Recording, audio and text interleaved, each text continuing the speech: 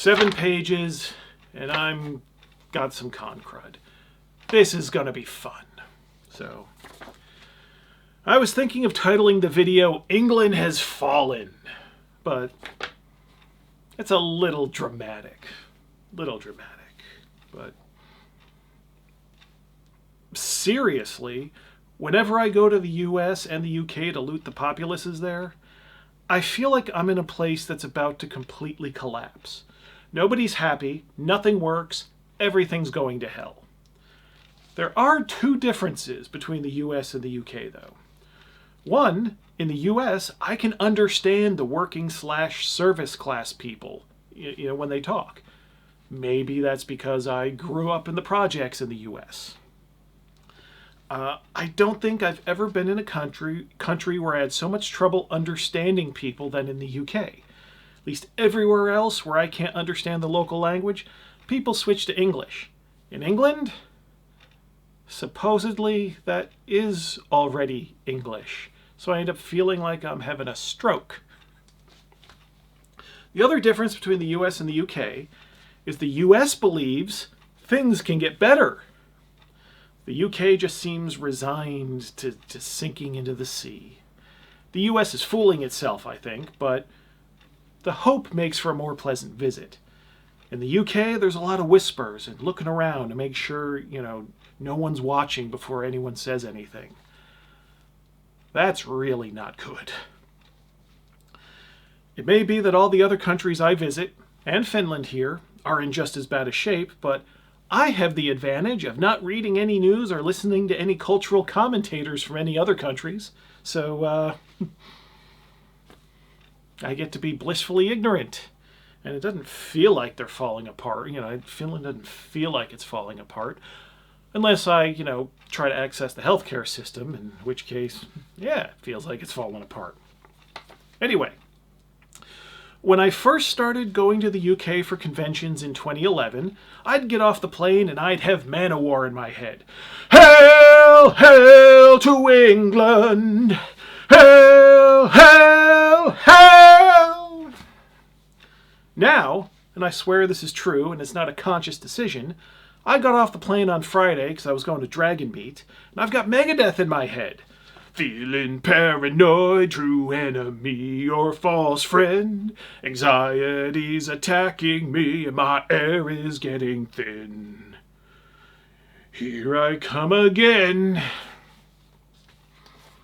And now you know why I am a writer. Anyway, so I got to the venue for Dragonmeet a couple hours before I was supposed to. I couldn't have gotten into my hotel for another 4 hours, so I figure why not? Maybe my table's there and I could start setting up. No. But a member of staff sees me and comes straight for me. We need to talk, they said. What is it this time? I respond. That really was the exchange to start off with. See, I had submitted the latest LotFP books for the Dragonmeet Awards, and we didn't win anything this time, but I was informed that I cannot have the music of Erika Zahn on the table. Why not? Because the convention believes that it breaks British obscenity laws. They worry that if someone sees it, I'll go to jail. That might be a laugh. And the convention might get shut down. Less funny. Probably. So I was a bit confused. It's like, wait. This book? This is the one? What was the problem? Well, this person was able to quote chapter and verse, or at least what entry on what table they were talking about from memory. Yes, they were ready for me to show up and had memorized a text reference in my book. None of my fans ever do anything like that. Nobody ever comes up to me and says, oh yeah, this book on this page, that part was awesome and I loved it. It's only people with a problem that seem to pay this much attention to anything that I say or write. I was, of course, completely surprised about what the offending bit was. Of all the things I intentionally put in and on that book to wind people up, it wasn't any of that. Of course it wasn't any of that. Item number 15 on the mass hysteria table. Let me read it to you. If you're in Britain, you might want to cover your ears.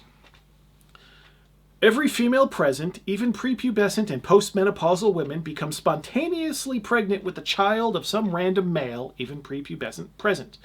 The matches will be as evenly distributed as possible to allow for the greatest number of males to have their seat spread.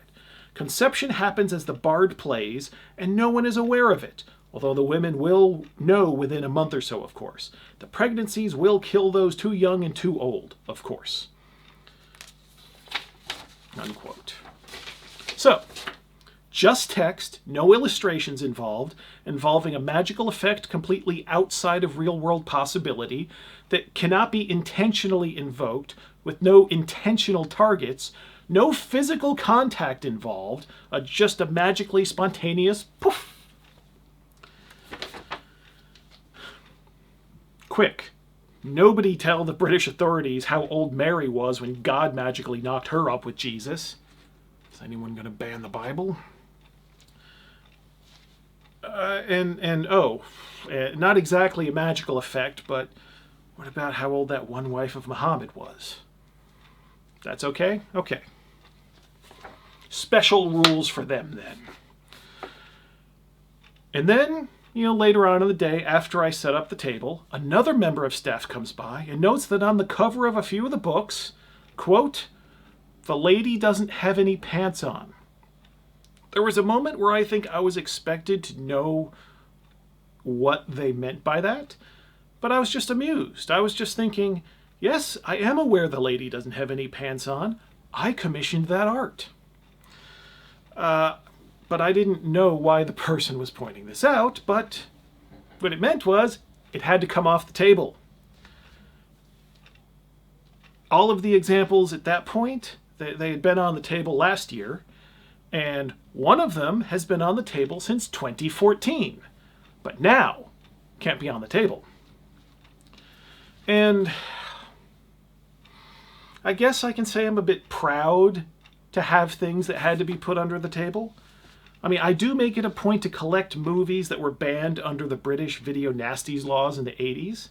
And funny enough, I buy a lot of them from a British vendor now, because this sort of stupidity never lasts forever. But it's like, I'm now really in the tradition of works like The Beyond and Tenebrae and Cannibal Holocaust and Flesh for Frankenstein. Hell yeah! I didn't cause a fuss at the time. I'm waiting till now to do that. Because, it's such a pain in the ass to get to London and be on their frickin' underground for over an hour to get to the venue. And I spend enough time bored in the hotel room as it is. Because now in the UK, porn sites require government-approved age verification. That's fun. So I wasn't going to want to spend more time in the hotel, and I spent a lot of money to be at the convention, and I really needed the money from the sales, so I just... fine. Funny part, though, is that I had packed my Dismember shirt to wear at the convention. This one hasn't even been washed yet. I haven't done laundry since getting home.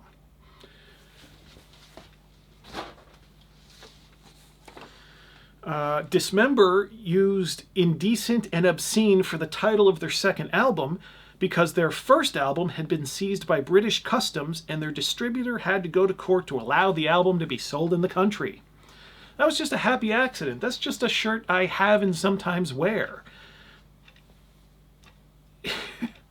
But, fuck everybody involved for actually making it relevant that I was wearing it during the convention. I mean, fuck's sake. It's supposed to just be a shirt, not a statement. But my point here is not simply to whine. Because I did great at the convention. I put up my best numbers there since 2018. It was almost like the glory days.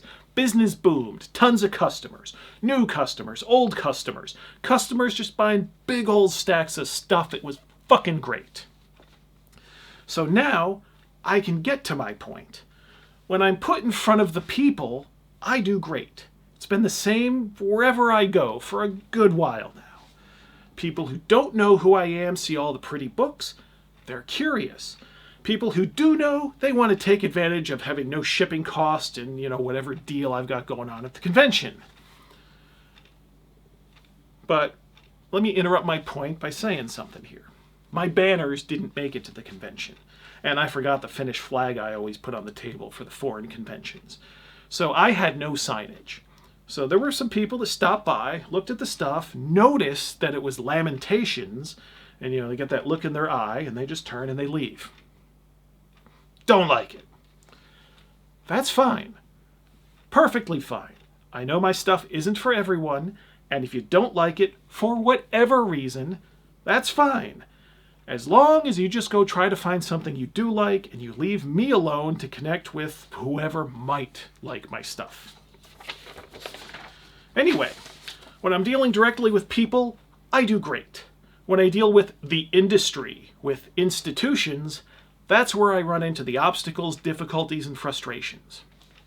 If the British government is cracking down on things, and they certainly have a history of doing so, then I can't blame Dragonmeet for being cautious.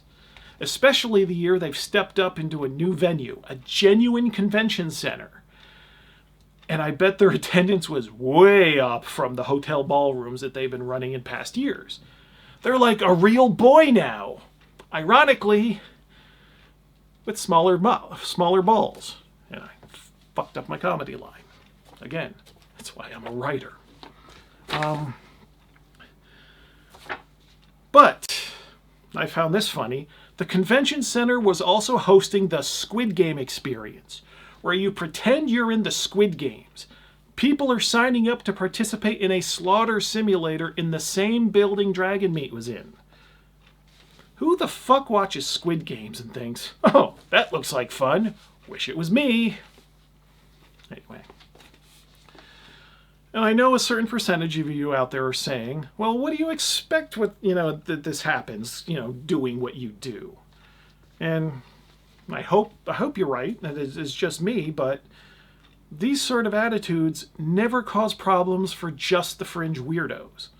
But also, fuck you. That is not how the censorious urge works.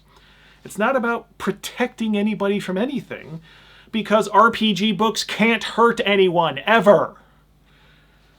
So it's all about control. And what control freak, when they get a little bit of control, stops there? How many things that aren't fringe and are obviously innocuous get caught up in that sort of thing? I mean, it's not ancient history you have to dig up to look at this sort of thing, people. I'm a canary, we're all in a coal mine, and I've handwritten some additional notes that I forgot what it was. But then all these panics blow over years later, and everybody recognizes it was stupid after the fact. So why do we keep doing this generation after generation? Oh yeah, that panic was stupid. This one's real though. Restrict stuff, really. Over and over and over. Over and over and over. So yeah, when I'm in front of people, I do well, which yes, I am repeating for emphasis. And when I deal with the industry, I have problems. And it messes with my mind because what is the industry supposed to be? I would think it's supposed to be a facilitator between buyers and sellers. So I just don't understand who gains anything by the industry putting up roadblocks between buyers and sellers. Why they give the merry white houses of the current age the time of day. That's completely against the point of what the industry is supposed to be doing. As far as what I do, yeah, it's unusual in the tabletop role-playing industry. But, and we're talking about a half dozen titles that had to be put under the table, and I had like 50 things there. So, not everything. Anyone who knows my stuff knows that not everything is all blah.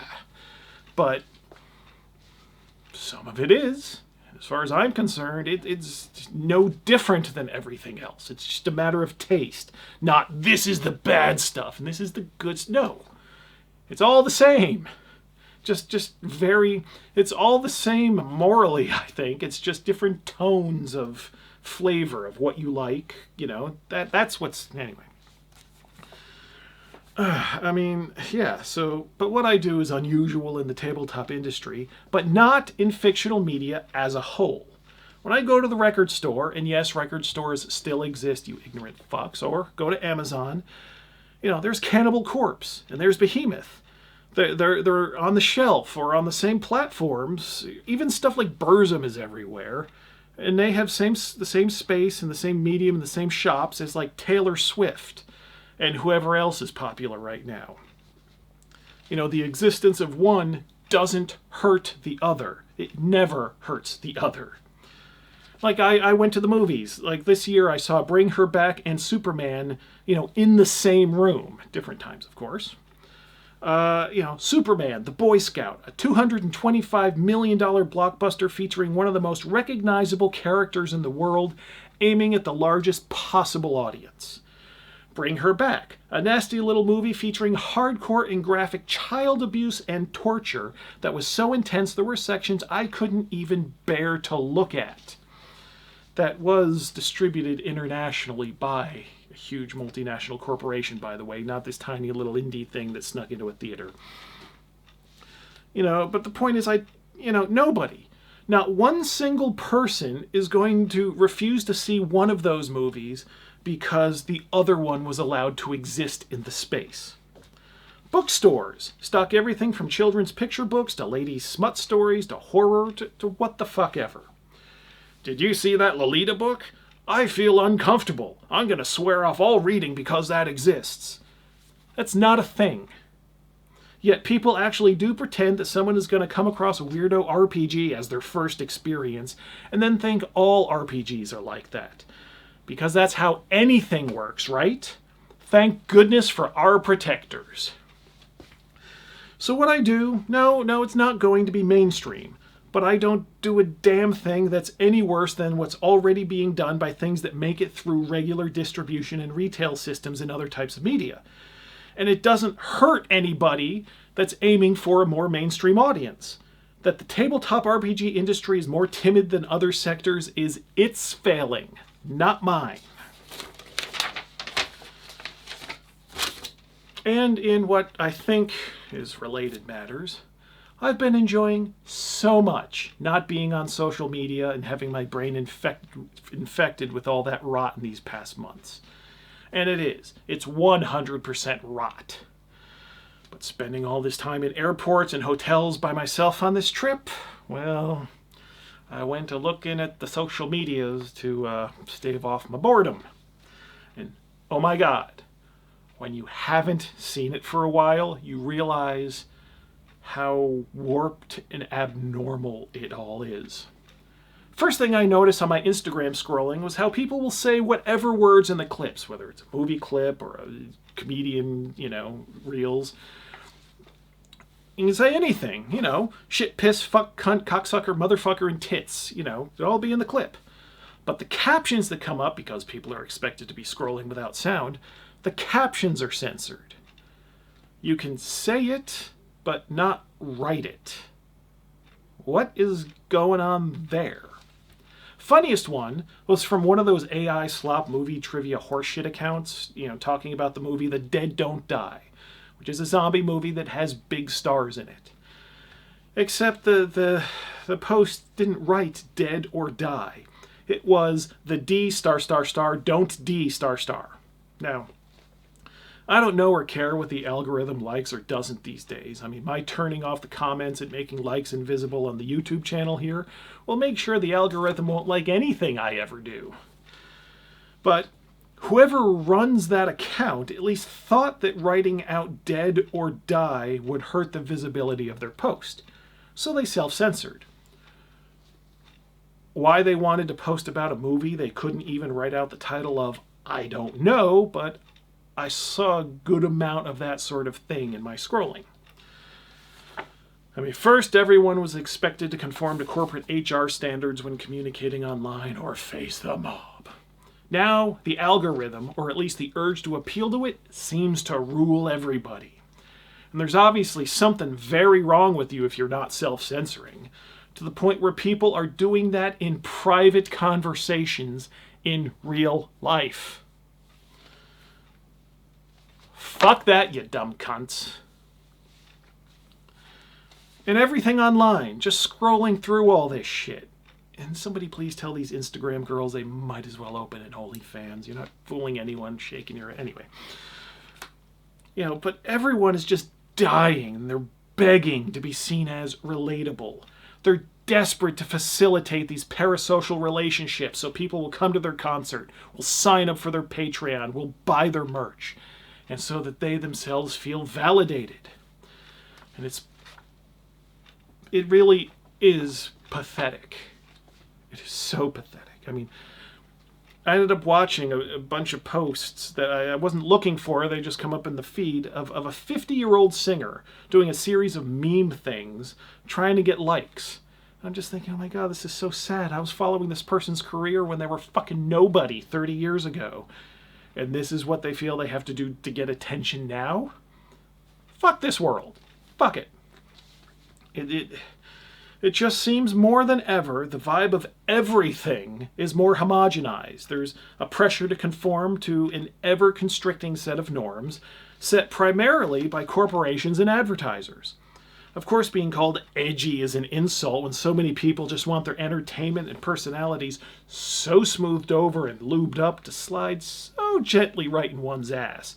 And shame, shame, shame on anyone outside of the approved molds. Read the room. Conform. I am so uninterested in that kind of life or being that kind of personality. I mean, or being the audience for it. It just looks so plastic and so exhausting. Ugh. I mean, I like to do things like shoot naked videos where I'm reading passages about my experience with suicidal thoughts, but I do that knowing it's off-putting. No one else is going to do anything like that, which is a reason to do it, And I don't do it because I think I'm going to go viral cool. I don't think people are going to relate to me better. I mean, for fuck's sake. I want to show you that I have something different to offer you. Not that we could be good buddies and please pick me to be your emotional support animal. I mean, I'm obviously out of touch. But I'm glad to be out of touch. Not that I ever was much in touch. I mean, I've gone into this in videos in the past, but in touch, with the times, embracing trends, none of that is anything to aspire to. But of course, I can't help but talking about some fresh, in this moment things going on while I'm here and the camera's on. You want to have some grand fun? Read RPGNet, and then read the RPG site. That's a good look at the state of things. Nothing is about what it says it's about. It's all about having a side and a tribe and signaling, I'm one of you and I'm not one of you. Trying to get one over on the other side and maybe get rid of them if you can. Because surely if we insult them hard enough, they'll just disappear from the earth. The hobby or the interest is a meaningless front for just being part of and securing the tribe. How anyone can be interested in that sort of partisan attitude that sinks all the way down to this level is beyond me. But I hear it all the time on both sides. Oh, they like that thing. They must be bad. Or also from both sides, you've seen what they believe. They want people like us dead. And I'm not in touch with that. I think these sides are largely false. Even when I've taken shots at other games on this channel, yes, I take the shots because they're doing things that I think make their products worse. But I don't think I've even intimated that they're evil or need to disappear for the good of anyone. I mean, I went pretty hard on friggin' Morkborg, and the worst thing I can say about the creators of that game is they got some sucky tastes. That's it. That's the worst I have to say about them. Even the people who have directly caused shit in my life and business, which really are the same things for better or worse, I just want them to stop it. Of course, me saying that doesn't do anything, but I don't try to get them barred from venues. I don't try to penalize anyone that's worked for them. And I don't even care if any of you like their products. If you like something, you like something. That should be your guide, not any drama that anyone's involved in. I mean, there's this culture that seems to have taken hold online where people don't have a personal relationship with the thing anymore. How they feel about a show or a movie or a book or a band or a game. People, for some stupid fucking reason, decide that how they respond to other fans of the thing determines their feelings about the thing. Like they don't experience anything personally, just socially. It's like they think the fandom is a pure stand-in for the thing itself, and it isn't just a goddamn barnacle colony grafting itself to the hull of the thing, because nobody can fucking have a personal identity anymore. I mean, what the fuck is wrong with people? I feel like an alien, because like everyone's online now, and this is how it works online. So this may just be why I sit here alone so much of the time with all my friends. Because fuck that shit. I mean, it's been a while since I've said this. A couple of years maybe, but no matter who you are, and I know a bunch of different type of people are going to be watching this that are fans of me, and people hate watching this, all of you, this applies equally. I can safely say, I'm not like you. I like different things than you do. I believe different things than you do, and I'm never going to vote the same way that you do. Okay? I mean, the fucked thing is I'm probably like 90% normal.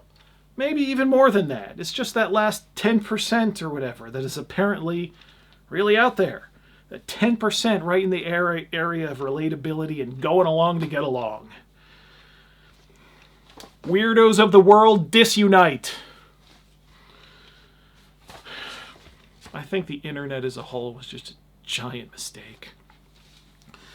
Anyway, over the weekend, I was reading this one heavy metal message board, and apparently there's been some drama with a band. I'd never heard of the band.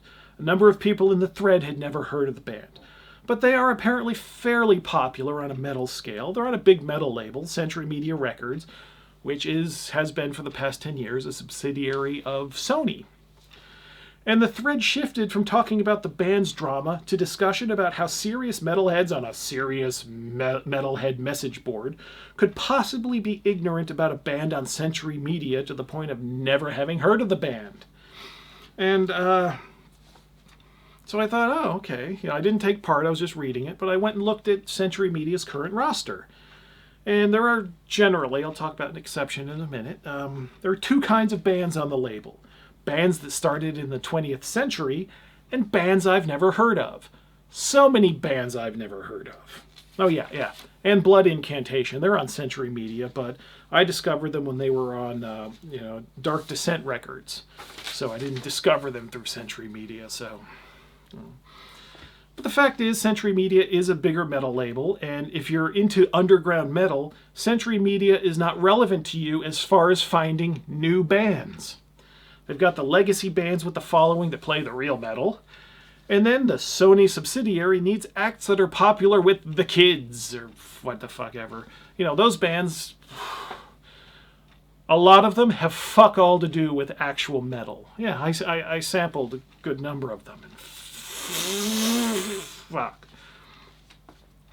Although it is pretty funny that you can really make an educated guess of whether or not you like a band, or at least identify the style of music they play, simply by what they look like. That's an indictment of everybody, including me. I've adopted a certain style that slots right in with something. These clusters do happen. And for example, I've never been to Tuska here in Finland, the biggest ostensibly metal festival, because it's always been, to my taste, mainstream crap with a couple of good bands in the minor slots, and I'm not spending 240 euros and spending 3 days watching that. Oh, and after I wrote that, I went and took a look. This coming year, Megadeth's headlining. At least it's a metal band, but I haven't heard a new Megadeth album since 1992. I saw them that year, but I'm thinking, okay, I haven't paid attention to what they're doing for over 30 years. Why would I care about seeing them now? And just for reference, the last Metallica album I've heard is from 1991. The latest Slayer album from 1990. Look at me. I'm a real metalhead.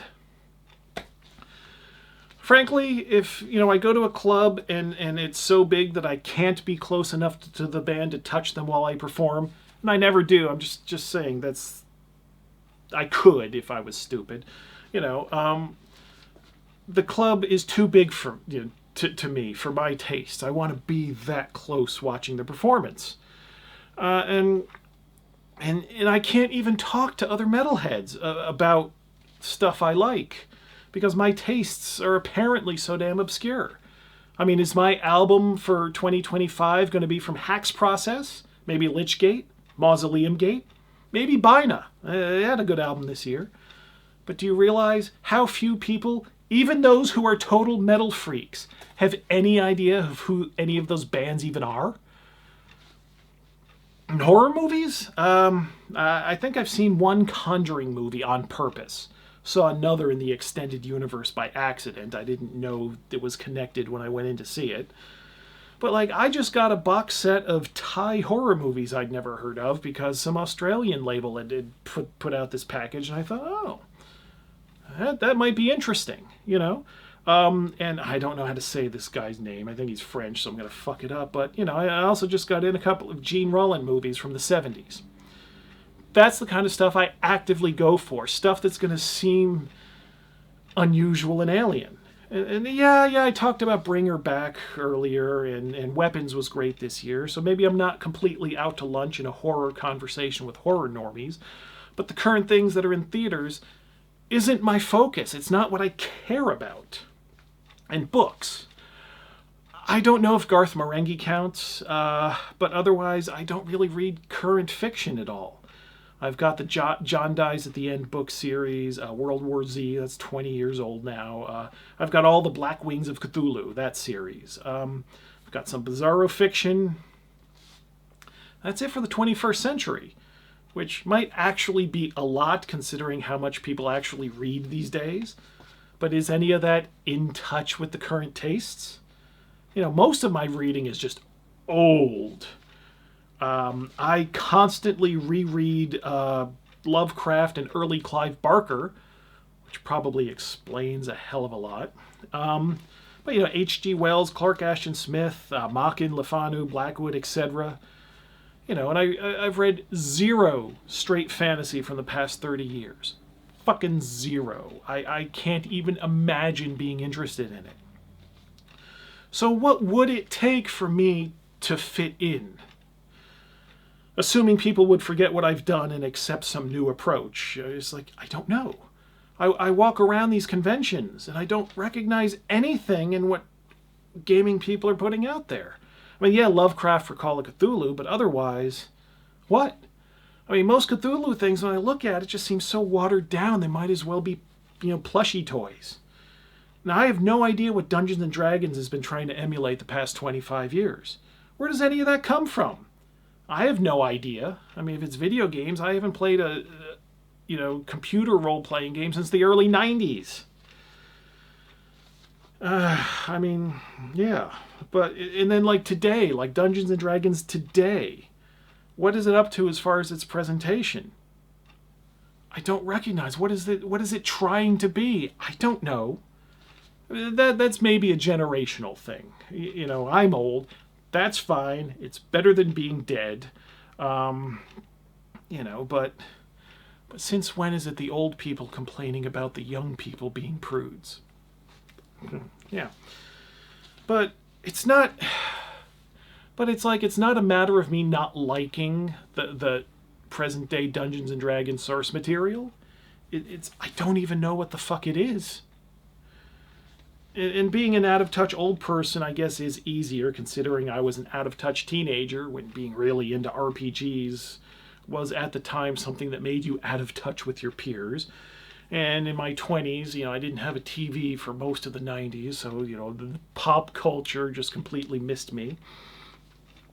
But this is part of the point. Fitting in is not an option for me. Not here, not anywhere. And there are people who very much enjoy what I do and the fact that comes from not fitting in. The industry, they don't like it so much, but what could I do? I mean, what could I possibly do to fit in?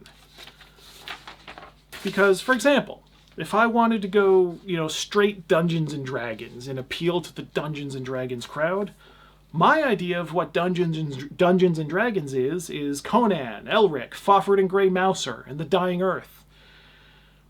if I did that and just went straight D&D, it would come out as this completely amoral anachronism anyway. It still wouldn't fit in. It would have nothing to do with current tastes at all. So I'm doomed if fitting in is the goal. Now, seeing as there are some people who do like me and do like my work, I would think there would be elements of the industry that would want to take advantage of that. I mean, no, we'll never do D&D numbers. We're not the next big thing waiting to explode, but before we lost most of our retail distribution, LotFP was pushing hundreds of thousands of dollars into the retail chain every year. Not direct order stuff, not Kickstarter like so many publishers, but value directly into the retail system. Very little of that trickled back down to us, but enough did. And in the overall scheme, I know hundreds of thousands of dollars a year isn't very much, but it's not fucking nothing. And I know I'm not insane. And I'm not bad at what I do. Not creatively, at least, on the creative end. The things I do have appeal. Other entertainment media has its examples of this sort of flavor that succeed. And, I've been around 16 and a half years now in RPGs. I mean, this appeal is at a certain level, yes. But there's always going to be people who want an alternative to whatever the hot trends are.